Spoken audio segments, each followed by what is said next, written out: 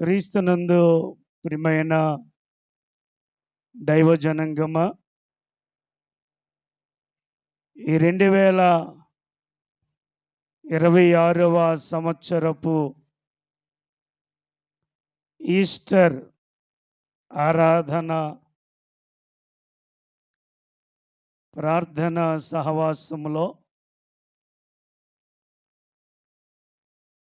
ఆదరణకర్త అయిన దేవుడు మనల్ని ఆదరించి బలపరిచి, ప్రియులరా,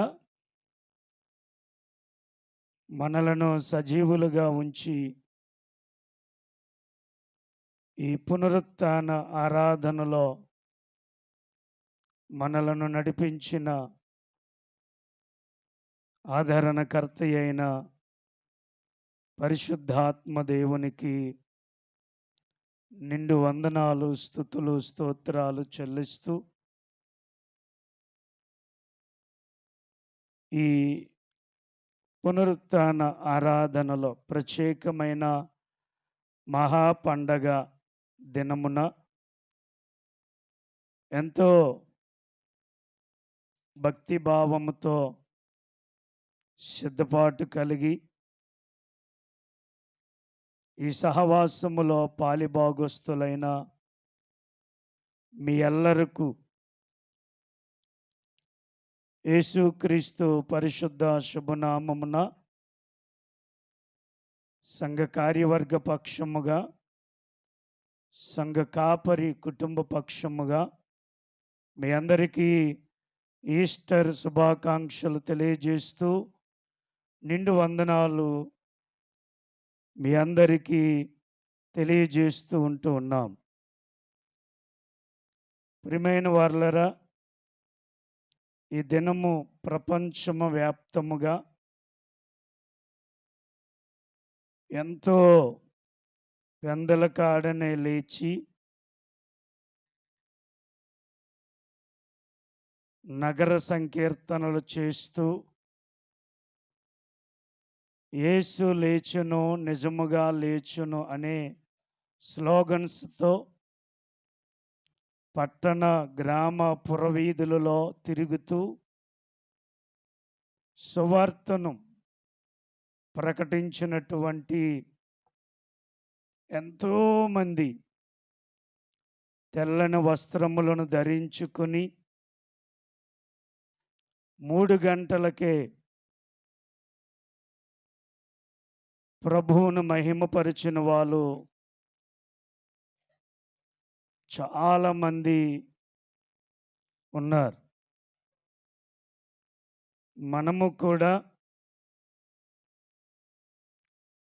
యేసు లేచును, నిజముగా లేచును అనే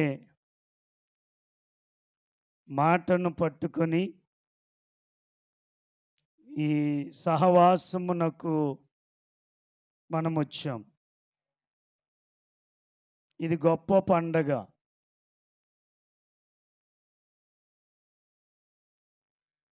ఇది ఎటువంటి పండగ అంటే భూమిని తలక్రిందులు చేసినటువంటి పండగ. క్రీస్తునందు ప్రియమైన వారలరా, ప్రభువునందు నిద్రించినటువంటి మనవారిని ఒక్కసారి స్మరణ చేసుకొని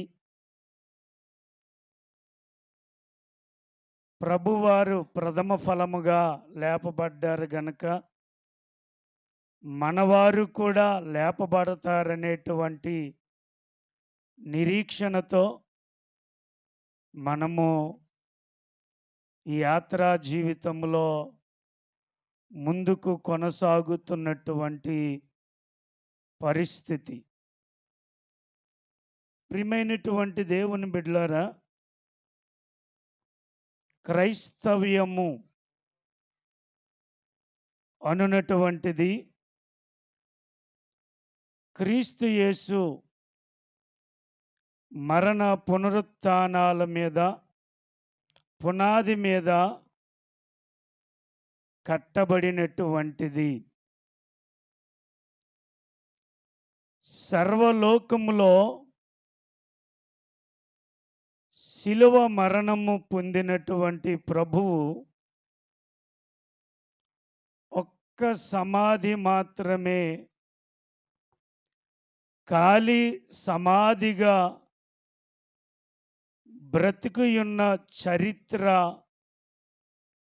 పుటాలలో లిఖించబడినటువంటిది యేసు పునరుత్థానం. ఇప్పటికీ ప్రపంచములో ఉన్న నలుదిశల వారు కూడా ఆ ఖాళీ సమాధిని చూడడానికి సందర్శకులు వెళుతున్నటువంటి పరిస్థితి. ప్రియులారా, మన విశ్వాస జీవితము పునరుత్థానుడైన యేసయ్యలో అంటుకట్టబడినటువంటిది. కావున పునరుత్థానము యేసు మరణమును జయించాడు, మరణపు ముళ్ళును విరిచాడు, సాతాను యొక్క సకలమైనటువంటి దురాత్ములను ఓడించి సజీవుడై లేచాడని ఈ పునరుత్థానము క్రైస్తవ లోకానికి నిరీక్షణ కలుగజేసినటువంటి పరిస్థితి. హెబ్రీయులకు రాసిన పత్రిక 6వ అధ్యాయము 19వ వచనములో అపోస్తలుడైనటువంటి పౌలు గారు ఆ మాట ఉపదేశించారు. ఏంటి అంటే,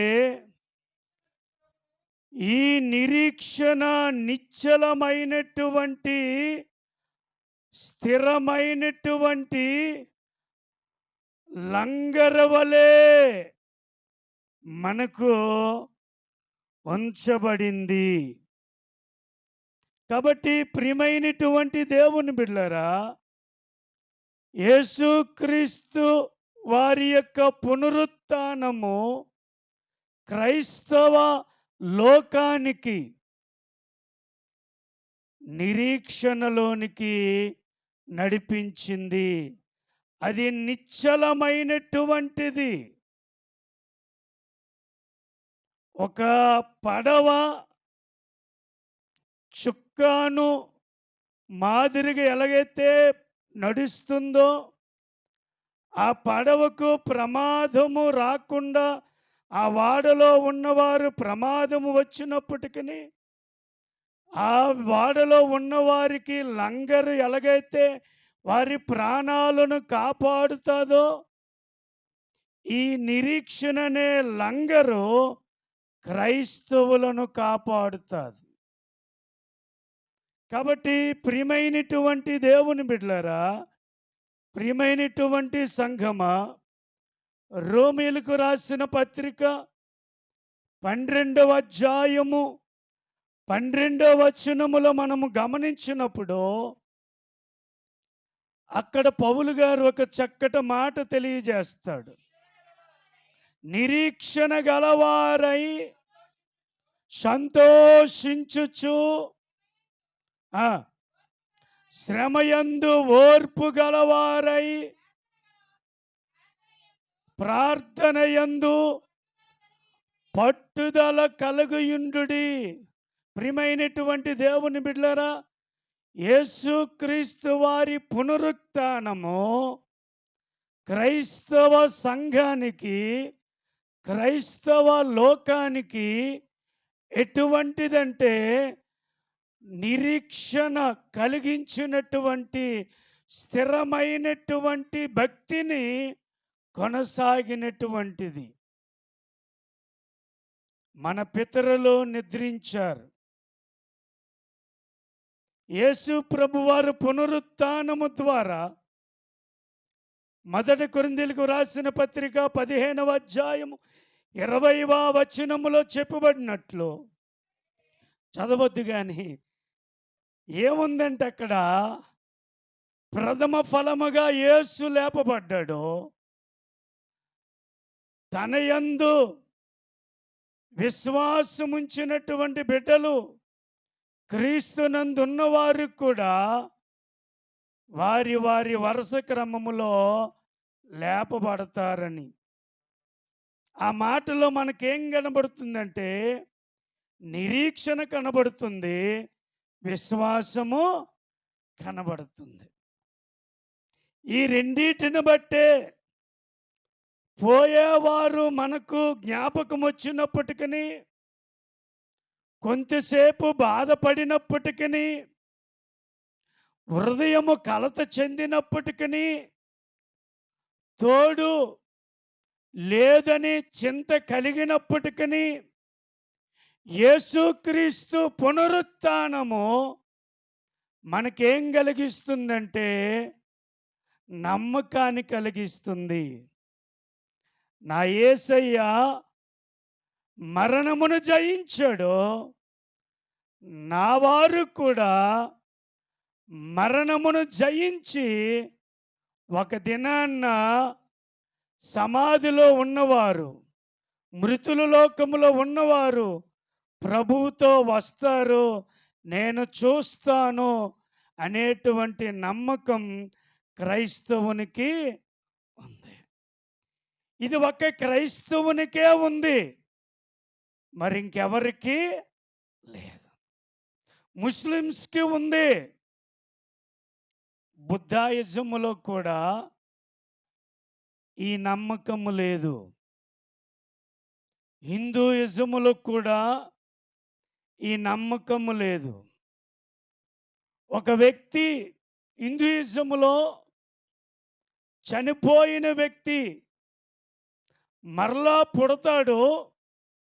ఎట్లా పుడతాడు అంటే, వాడు బ్రతికినప్పుడు మంచిగా ఉంటే మంచివాడిగా పుడతాడు, లేకపోతే చెడ్డవాడైతే ఒక కుక్కో, ఒక ఎలుకో, ఒక ఏనుగో, ఒక పందో, ఒక పామో, ఒక చీమో పుడతాడు అనేటువంటి నమ్మకం వారికి ఉంది.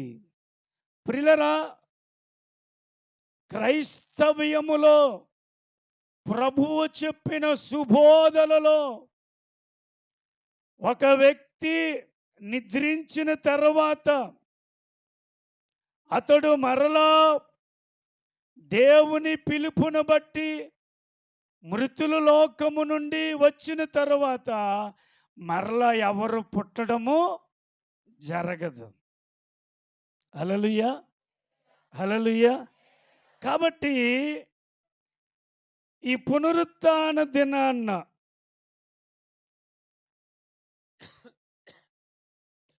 దేవుని బిడ్డలమైనటువంటి మన యొక్క భక్తి, విశ్వాసము ఏ విధంగా ఉండాలంటే పునరుత్థాన శక్తిని, బలమును పొందుకొని పట్టుదల కలిగి ప్రార్థనా యోధులుగా ఉండాలి. ప్రియులారా, చాలామందికి పునరుత్థానము యొక్క అనుభవము, పునరుత్థాన యొక్క మహిమ తెలియని వారు చాలామంది ఉన్నారు. కొంతమంది అపార్థముగా నడిచినటువంటి వారు ఉన్నారు. ఇంకా పునరుత్థాన శక్తిని అనుభవం లేని వారు చాలామంది ఉన్నారు. అయితే దేవుని బిడ్డలమైన మనము ఆయన సమాధి నుండి లేచాడు, మరణమును జయించాడు అనే విశ్వాసము కలిగిన మన జీవితములో ఆ పునరుత్థాన శక్తి, ఆ పునరుత్థాన మహిమ, ఆ పునరుత్థాన బలము, ఆ పునరుత్థాన జ్ఞానము మీద మన జీవితాల్లో నడుచుకోవడానికి ప్రయత్నము చేయాలి. ప్రియమైన దేవుని బిడ్డలారా, మనందరికీ తెలుసు మత్తయి శుభవార్త, మార్కు శుభవార్త, లూకా శుభవార్త, యోహాను శుభవార్తలో ఈ 4 శుభవార్తల్లో కూడా పునరుత్థానమును గురించి వ్రాయడం జరిగింది. ఆ స్త్రీలు విశ్రాంతి దినము గడిచిపోయిన తరువాత ఆదివారము తెల్లవారుచున్నప్పుడు కొంతమంది స్త్రీలు సమాధి దొడ్డికి వెళ్ళారు. వీరు ఎలాగెళ్ళారంటే గొప్ప సిద్ధపాటు. పెందల కాడని ఇంకా సూర్యుడు వెలుగు రాకముందే, ఇంకా చీకటి ఉండగానే వారు వారు సిద్ధపాటు కలిగి తమ గురువును, తమ రాజును, తమ యజమానుడును, తమ శిరస్సును, తమ కొరకు ప్రాణము పెట్టినటువంటి యేసును, రక్షకుడును 3 దినాలు అయిపోతుంది, వెళ్ళాలి, సందర్శించాలి, సుగంధ ద్రవ్యములు పూయాలి, పూసి వారి యొక్క ప్రేమను, వారి యొక్క అభిమానాన్ని, వారి యొక్క కోరికను, వారి యొక్క ఆశను తీర్చుకోవాలని వారు వెళ్ళేటప్పుడు వారికి ఎదురయ్యే పరిస్థితి నిరాశ ఎదురయ్యింది. ప్రియమైనటువంటి దేవుని బిడ్డలారా, రాయి పొర్లింపబడి ఉండుట చూచారు. దాని మీద ఒకరు కూర్చున్నట్లుగా చూశారు. ప్రియులారా, ఆ సమయంలో మహా భూకంపము కలిగింది. ప్రియమైనటువంటి దేవుని బిడ్డలారా, దూత మెరుపు వలె వారికి కనబడ్డాడు. ప్రియమైనటువంటి దేవుని బిడ్డలారా, ఆ దూత యొక్క వస్త్రము హిమము వలె మెరిసిపోతా ఉంది. ప్రియమైనటువంటి వారులారా, వారు చూచినప్పుడు వారు చచ్చిన వారి వలె అయిపోయారు. ఆ సందర్భములో వారు చచ్చిన వారి వలె ఉన్నటువంటి ఆ స్త్రీల దగ్గరికి వెళ్ళి ఆ దూత వారిని లేపి, ఇక్కడికి ఎందుకు వచ్చారు, ఎవరిని వెతుకుతున్నారు, ఏ వ్యక్తిని వెతుకుతున్నారు అని దూత మాట్లాడము జరుగుతుంది. ప్రియమైనటువంటి దేవుని బిడ్డలారా, దూత అంటూ ఉన్నాడు, యేసుని మీరెందుకు వెతుకుచున్నారు? వీరు ప్రభువు చనిపోక ముందు చెప్పినటువంటి మాటలు మరిచిపోయారు, విడిచిపోయారు. బాధలో, దుఃఖములో, ఎడబాటు కలిగినప్పుడు వారు విచారములో వారు మర్చిపోయారు. యేసు ప్రభు చెప్పాడు, నేను పాపుల చేతులకు అప్పగింపబడతాను, నేను చనిపోతాను, అయితే 3వ దినమున లేస్తాను. ఈ మాట వాళ్ళు మర్చిపోయారు. ఎవరు? ప్రభు యొక్క ఉపదేశము ఆలకించిన వారు, ప్రభువుతో నడిచిన వారు, ప్రభువుతో జీవించిన వారు మరిచిపోయినప్పుడు దూత ఏం చెప్తున్నాడంటే, ఎందుకు ఆయన వెతుకుతున్నారు? ఒక చక్కటి మాట ఏమిటి అంటే, ఆయనిక్కడ లేడు. తాను చెప్పినట్టే ఆయన లేచియున్నాడు. ఆయన లేచియున్నాడు. హల్లెలూయా! ఆ మాట అండర్‌లైన్ చేయండి. ఆయన లేచియున్నాడు. ప్రియమైనటువంటి దేవుని బిడ్డలారా, ప్రియమైనటువంటి సంఘమా, ఎప్పుడైనా ఈ బైబిల్ పఠనము చదివినప్పుడు, ఎప్పుడైనా మనకి ఆలోచన రావాలి. ఏంటి ఆలోచన? ఎందుకు లేచి ఉన్నాడు? ఆయన ఎందుకు లేచాడు? దేనికోసం లేచాడు? ఎవరి కోసం లేచాడు? చాలామంది చెప్తారు, యేసయ్య లేచాడు, లేచాడు, లేచాడు. గీతం గీతం పాట పాడతాడు. పాడతాం కదా! ఎందుకు లేచాడు? లేవవలసినటువంటి అవసరత ఎందుకొచ్చింది? ఎప్పుడైనా ఆలోచించారా? ఎప్పుడైనా బైబిల్ గ్రంథం చదివినప్పుడు మనకి జ్ఞాపకం రావాలి కదా! ఎవరైనా ముక్కు ముఖం తెలియని వ్యక్తి వచ్చి, ఇదిగో మీకొక 500 ఇస్తున్నాను అని అంటే, 500 తీసుకుంటామా? మీరెవరండి? నాకే ఎందుకు ఇస్తున్నారు అనే ఆలోచన రాదా? ముక్కు ముఖం తెలియనోడు ఇస్తే తీసుకుంటే, అబ్బా! ఈరోజు 500 దొరికింది, దేవా నీకు స్తోత్రం అని వెళ్ళిపోతావు తీసుకొని. ఆ ప్రశ్న వస్తుందా రాదా? నా మాట అర్థమైందా? ఏసీ ఉండడం వల్ల చల్లగుంది, ఏమైనా అర్థం అవ్వట్లేదా? ఏంటో అర్థమైందా? ముక్కు ముఖం తెలియని వ్యక్తి డబ్బులిస్తే తీసుకుంటామా? నాకే ఎందుకు ఇస్తున్నావు అని అడుగుతామా? మీరెవరో నాకు తెలియదు, మిమ్మల్ని ఎప్పుడు నేను చూడలేదు, మీరు నాకే ఎందుకు ఇస్తున్నారు అనే ప్రశ్న ఉత్పన్నమవుద్ది. ఒకవేళ అతని దగ్గర అడగకపోయినా, నువ్వు నడుచుకొని వెళ్ళినప్పుడైనా, నాకే ఎందుకు ఇచ్చాడు ఈయన, ఈయన ముఖం ఎప్పుడు చూడలేదు కదా అనే ప్రశ్న హృదయములో తాండవమాడుతుంది. ప్రియమైన దేవుని బిడ్డ, లేకపోతే 500 రూపాయలు మందు పెట్టేసి రాసి ముక్కడి పెడితే పడిపోతే, ఒకవేళ మత్తు అయిపోతే తీసుకెళ్ళిపోతాడేటో అనే అనుమానం కూడా రావాలి కదా.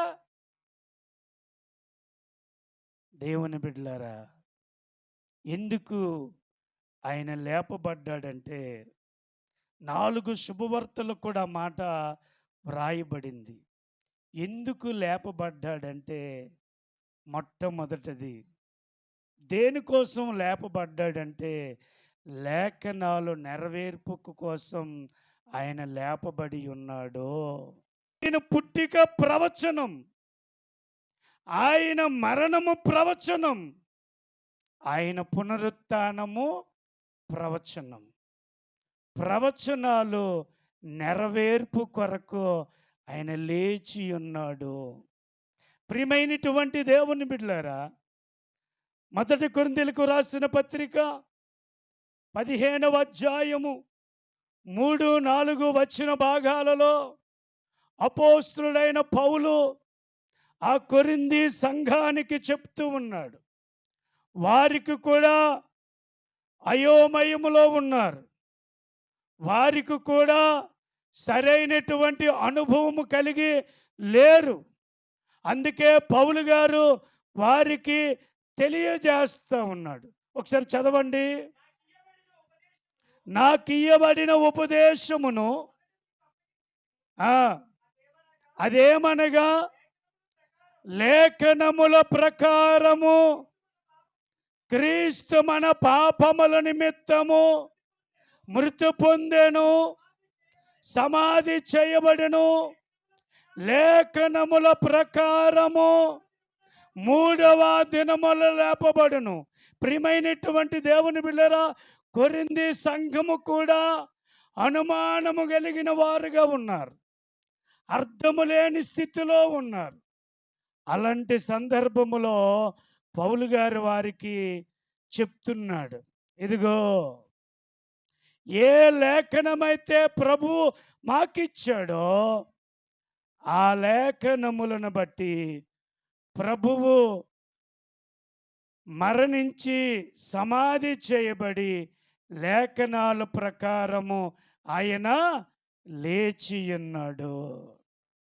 కాబట్టి ఈ పునరుత్థాన దినాన్న యేసు ప్రభువారు ఎందుకు లేపబడ్డారంటే లేఖనములో నెరవేర్పు కొరకు. హల్లెలూయా. ఒక ఆయన అన్నాడు, నేను చనిపోతాను మరలా పుడతానన్నాడు. చనిపోయాడు.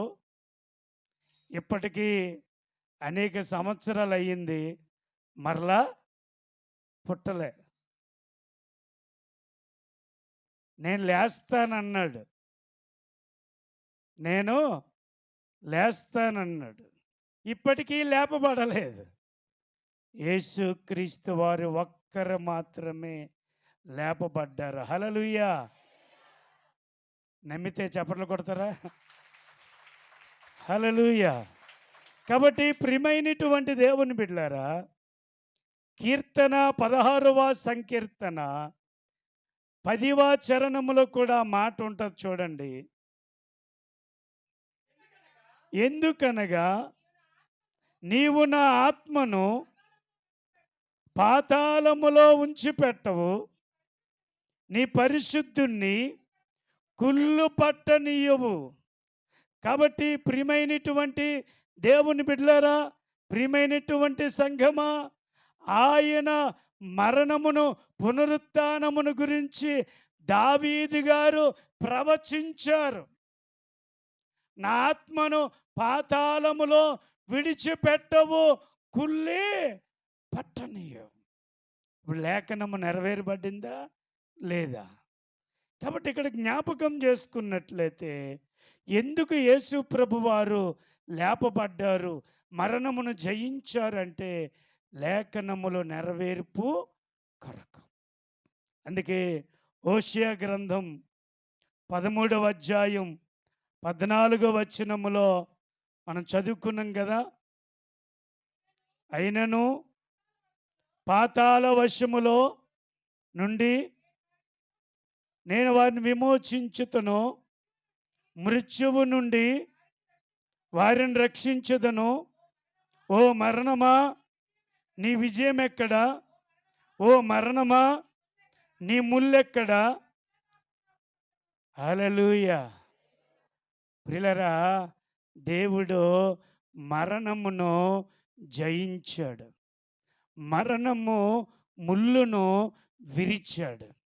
ప్రియులారా, మరణమును గురించి ఆయనకు పశ్చాత్తాపము లేదు. కాబట్టి లేఖనాలు నెరవేర్పు కొరకు ఆయన లేపబడ్డాడు. ఇంకా అంటాడు అపోస్తుల కార్యములు 2వ అధ్యాయము 31, 32 వచనాల్లో అపోస్తులు రాస్తారు చూడండి. డాక్టర్ లూకా గారు రాశారు, ఆయన శరీరము కుళ్ళిపోలేదనియు ఆయన పునరుత్థానము గురించి చెప్పాను.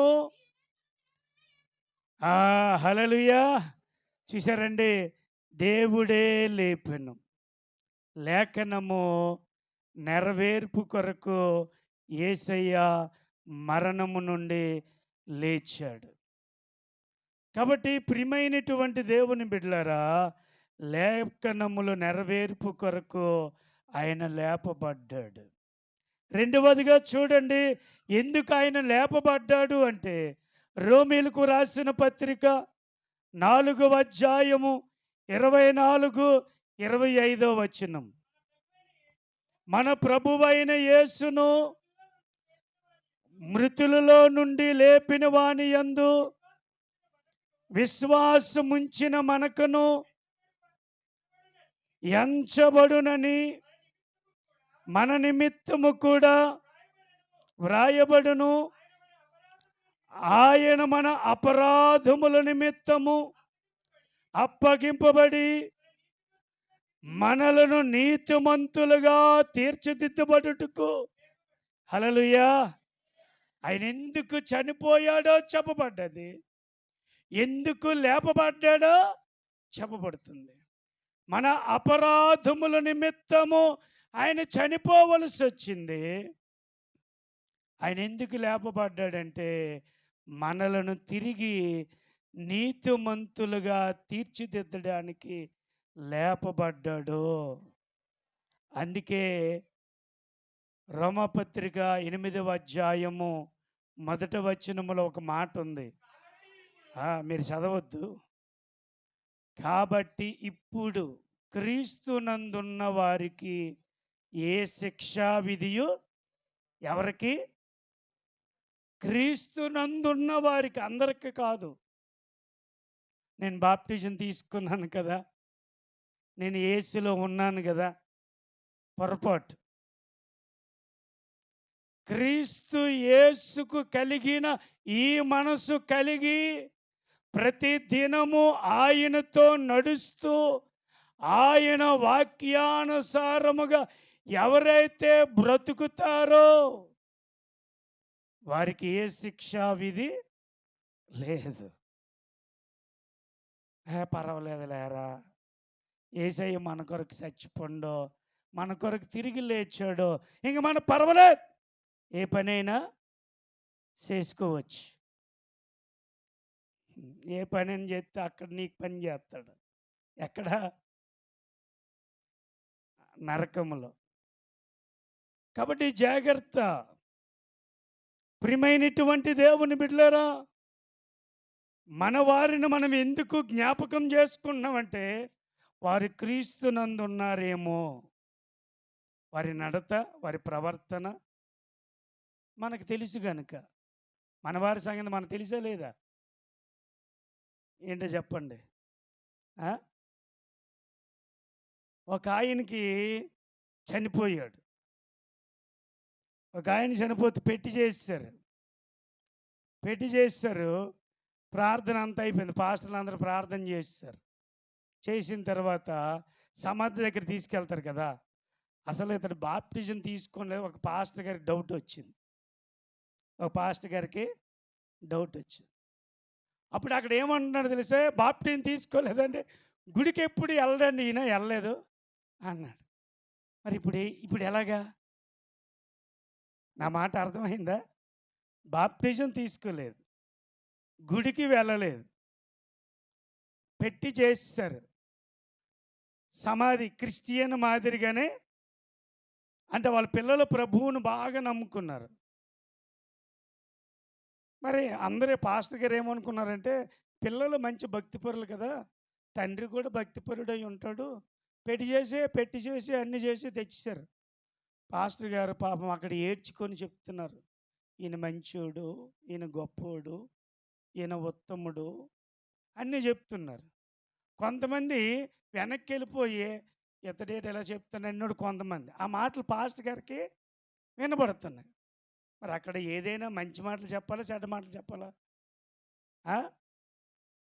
మనిషి ఎలాంటోడైనా మంచి ఎంతో అంతో ఉంటుందా ఉండదా?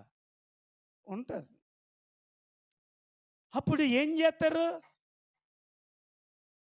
ఏదో ప్రార్థన చేసి గాతలో పెట్టేసి సమాధి చేసి వచ్చారు. దేవుడు చూసుకోండి, మనకెందుకు అనవసరం? ప్రియులారా, యేసుక్రీస్తునందున్న వారికి మాత్రమే ఏ శిక్షా విధియు లేదు.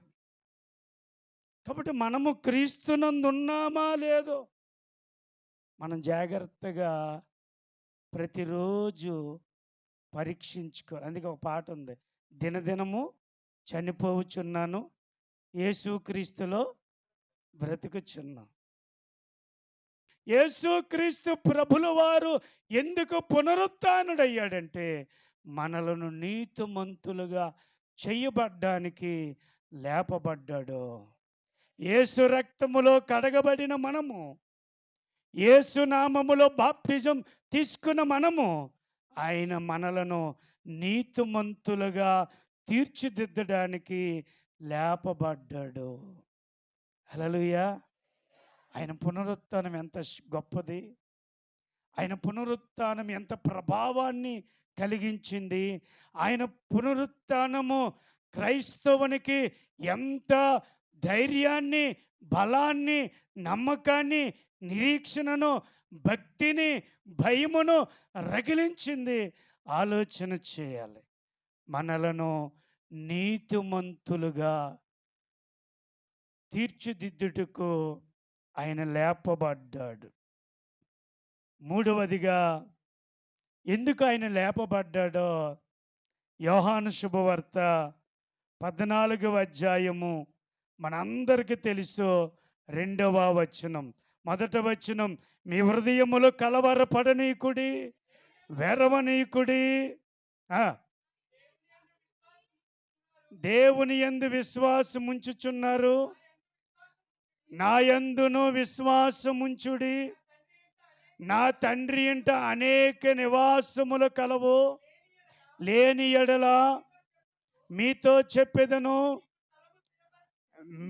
నేను మీకు స్థలమును సిద్ధపరచుటకు. హల్లెలూయా! ఎందుకు లేపబడ్డాడు అంటే మనకు స్థలములను సిద్ధపరచటానికి లేపబడ్డాడు. మనందరికీ స్థలాలు ఉండాలా వద్దా? ఒకలా ఇద్దరా? ఎన్ని వేల కోట్ల మంది, సుమారుగా ప్రపంచం యావత్తు 680 పైచిలుకు కోట్ల జనాభా ఉన్నారు. మరి వీళ్ళందరికీ స్థలము కావాలి కదా. 10 మందికి ఒక స్థలం సరిపోద్దా? చాలదు కదా. మన ఇక్కడ కట్టుకున్న ఇల్లుల కన్నా అక్కడ గొప్ప ఇల్లులు ఉన్నాయి. ఆయన నిర్మాణకుడు, ఆయన పునాది, ఆయనే లైటు, ఆయనే ప్రియ సమస్తము. అక్కడ మనకు స్థలాలు సిద్ధపరచటానికి లేపబడ్డాడు. మరి మనకు ఆ స్థలాలు ఉండాలంటే మనం ఎలాగ ఎదురు చూడాలి? హల్లెలూయా! ఇక్కడ పురిపాకు ఉందనుకో, ఇక్కడ ఒక ఇల్లు స్లాబ్ ఉందనుకో, అక్కడ కూడా ఎలాగుండాలా నీకు? అక్కడ మంచి ఇల్లు ఉండాల. ఆ ఇల్లు ఉండాలంటే నీ ప్రాణం ఉన్నప్పుడు నీ కొరకు లేపబడిన యేసు మీద నువ్వు ఆనుకొని బ్రతకాలి. ఎందుకు లేపబడ్డాడు అంటే మనకు స్థలమును సిద్ధపరచుటకు లేపబడ్డాడు. ప్రియమైన దేవుని బిడ్డలారా, ప్రియమైనటువంటి సంగమా, పరలోకములో మనకు స్థలాలు ఏర్పాటు చేశాడు. ఒక ఆయనంట డూప్లెక్స్ ఇల్లు ఇక్కడ ఉండేదట. మంచి ఖరీదైన కోట్లు విలువైన ఇల్లు ఉండేదట. చచ్చిపోయాడట. ఇక్కడ నా ఇల్లు ఎలాగుంటుంది అనుకున్నాడట. చూశాడట, దేవదూతను అడిగాడట, నా ఇల్లు ఎక్కడ ఉంటుంది చూపించు అన్నాడట. ఇల్లు అడిగితే అల్లదని ఇల్లు అన్నాడట. ఎలాగుందంటే పాడైపోయి పురిపాక కన్నా హీనంగా ఉందంట. హే తుచ్, అది నా ఇల్లు కాదు అన్నాడట. తుచ్, నా ఇల్లు కాదన్నాడు. భూలోకంలో నా ఇల్లు అలాగుండేది, ఎలాగుండేది. నా ఇల్లు మోడల్ చూసి అనేకులు ఇల్లు కట్టారు. తుచ్ తుచ్, నాది ఇల్లు కాదు, మీరు పొరపాడుతున్నారు, ఇంకొక ఇల్లు చూపించండి. ఒరే బాబు, నీ ఇల్లేంట్రది? ఈ లోకములో నువ్వు స్థిరముగా లేకపోతే,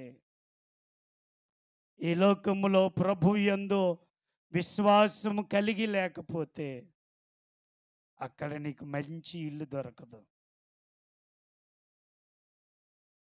ఈ పునరుత్థాన దినాన్న వాక్యాన్ని నువ్వు ఎలా రిసీవ్ చేసుకున్నావు నాకు తెలియదు. పునరుత్థాన దినాన్ని పండగ ఆచార క్రైస్తవులుగా చేయకూడదు. పునరుత్థాన శక్తి నీలో కనబడాలి. పునరుత్థాన బలము నీలో కనబడాలి. పునరుత్థాన మహిమ నీలో కనబడాలి. హల్లెలూయా! నీలో, నాలో కనబడాలి. అక్కడ మనకు గొప్ప స్థలాలున్నాయి. అందుకే ప్రభువు లేపబడ్డాడు. ప్రియులారా, అపోస్తుల కార్యములు 1వ అధ్యాయం 11వ వచనం. యేసు ప్రభువారు మీరెందుకు నిలిచి ఆకాశం వైపు చూచుచున్నారు? మీ యొద్ద నుండి పరలోకమునకు చేర్చబడినటువంటి ఈ యేసే ఏ రీతిగా పరలోకానికి వెళ్ళిపోయాడో మీరు చూచుతురో ఆ రీతిగానే మరలా తిరిగి వచ్చునని వారితో చెప్పిరి. హల్లెలూయా! ఎందుకు లేపబడ్డారంటే మరలా తిరిగి మన కొరకు వచ్చి మనలను తీసుకుపోవడానికి లేపబడ్డాడు. హల్లెలూయా! హల్లెలూయా! భూమి మీద ఉన్నవారు తన వారిని మధ్యాకాశానికి వచ్చినప్పుడు తన వారందరూ కూడా ఎత్తబడతారు. తీసుకుపోవడానికి వస్తాడు. వచ్చిన తరువాత 1000 ఏండ్లు పరిపాలన ఉంటుంది. ఎక్కడ? భూమి మీద కాదు, పైన. అక్కడ 1000 ఏండ్లు పరిపాలన అయిన తర్వాత అప్పుడు భూమి మీద ఉన్న వారికి శ్రమలు ప్రారంభమవుతాయి. ఆ 1000 ఏండ్లు పరిపాలనలో యేసుతో నువ్వు ఉండాలి. ఆ 1000 ఏండ్లు పరిపాలనలో సంతోషించేవారుగా ఉండాలి. వారికి దుఃఖం ఉండదు, వేదన ఉండదు, రోగం ఉండదు, ఆకలి ఉండదు, దప్పిక ఉండదు. ఆ 1000 ఏండ్ల పరిపాలన సంతోషముగా ఉంచబడతారు. అందుకే ఆ 1000 ఏండ్ల పరిపాలనకు నిన్ను నన్ను తీసుకుపోవడానికి మరలా వస్తాడు. అందుకే యేసయ్య లేపబడ్డాడు. తరువాత తన వారందరూ లేపబడిన తర్వాత భూమి మీద ఉన్న వారికి కఠినమైన శిక్షలు ఉంటాయి. తేలుకున్నటువంటి ముళ్ళు ఉంటుంది దేవదూతకు. ఆ దేవదూత ఆ వెనుక భాగం తోకకి ముళ్ళు ఉంటుంది, తేలు లాంటి తోకకి. ఇప్పుడు ఆ దూత ఆ తోకతో గుచ్చుతుంది. భయంకరమైన బాధ, మరణము రాదు. కొండెక్కి కిందకి దుముకాలని చూస్తారట, దుముకినా చావు రాదట. సముద్రములో పడిపోవడానికి చూస్తారట, సముద్రం అట వారిని చూంచంట వెనుకకు వెళ్ళిపోద్దట. చెట్టు ఎక్కి ఉరి తీసుకోవాలని చూస్తారట మరణం కోసం, చెట్టు అంట కదిలిపోద్దట. అంటే మరణించాలని చూస్తారు కానీ మరణము రాదు. మీరు ప్రకటన గ్రంథం చదివితే అవన్నీ ఉన్నాయి. ప్రియులారా, 1000 ఏండ్ల పరిపాలన తర్వాత భూమి మీద కఠినమైన శ్రమలు. ఎందుకు లేపబడ్డాడో తెలుసా? యేసునందు ఉంచబడిన మనము ఆయన యందు విశ్వాసము కలిగి, భయభక్తులు కలిగి, నిరీక్షణ కలిగి బ్రతుకుచున్న మనలను మరలా తీసుకుపోవడానికి ఆయన పరలోకము నుండి మరలా రాబోతుంటాడు. అందుకే ఆయన లేపబడ్డాడు. దేవునికి స్తోత్రం. కాబట్టి ఎందుకు లేపబడ్డాడో అర్థమైందా? ఎవడైనా మిమ్మల్ని ప్రశ్నిస్తే ఎందుకు యేసు లేపబడ్డాడో ఇవి చెప్పాలి. ఇవి నువ్వు చెప్పకపోతే పునరుత్థానమును నీవు సరిగా అర్థం చేసుకోలేని స్థితిలో ఉన్నావని మర్చిపోకూడదు. కాబట్టి ప్రియమైనటువంటి దేవుని బిడ్డలారా, నీవు నేను ఈ పునరుత్థానము వలన మన కొరకు ఆయన లేపబడ్డాడు. లేఖనముల నెరవేర్పు కొరకు, నీతిమంతులుగా తీర్చిదిద్దుట కొరకు, స్థలము సిద్ధపరచుట కోసం, తిరిగి మనలను తీసుకొని పోవడానికి. కాబట్టి ఈ పునరుత్థాన శక్తి, ఈ పునరుత్థాన బలము, ఈ పునరుత్థాన సత్యము, ఈ పునరుత్థాన నీతి కలిగి మనం భూమి మీద బ్రతుకుదుముగాక. దేవుడు ఈ మాటలు దీవించునుగాక. ఆమెన్.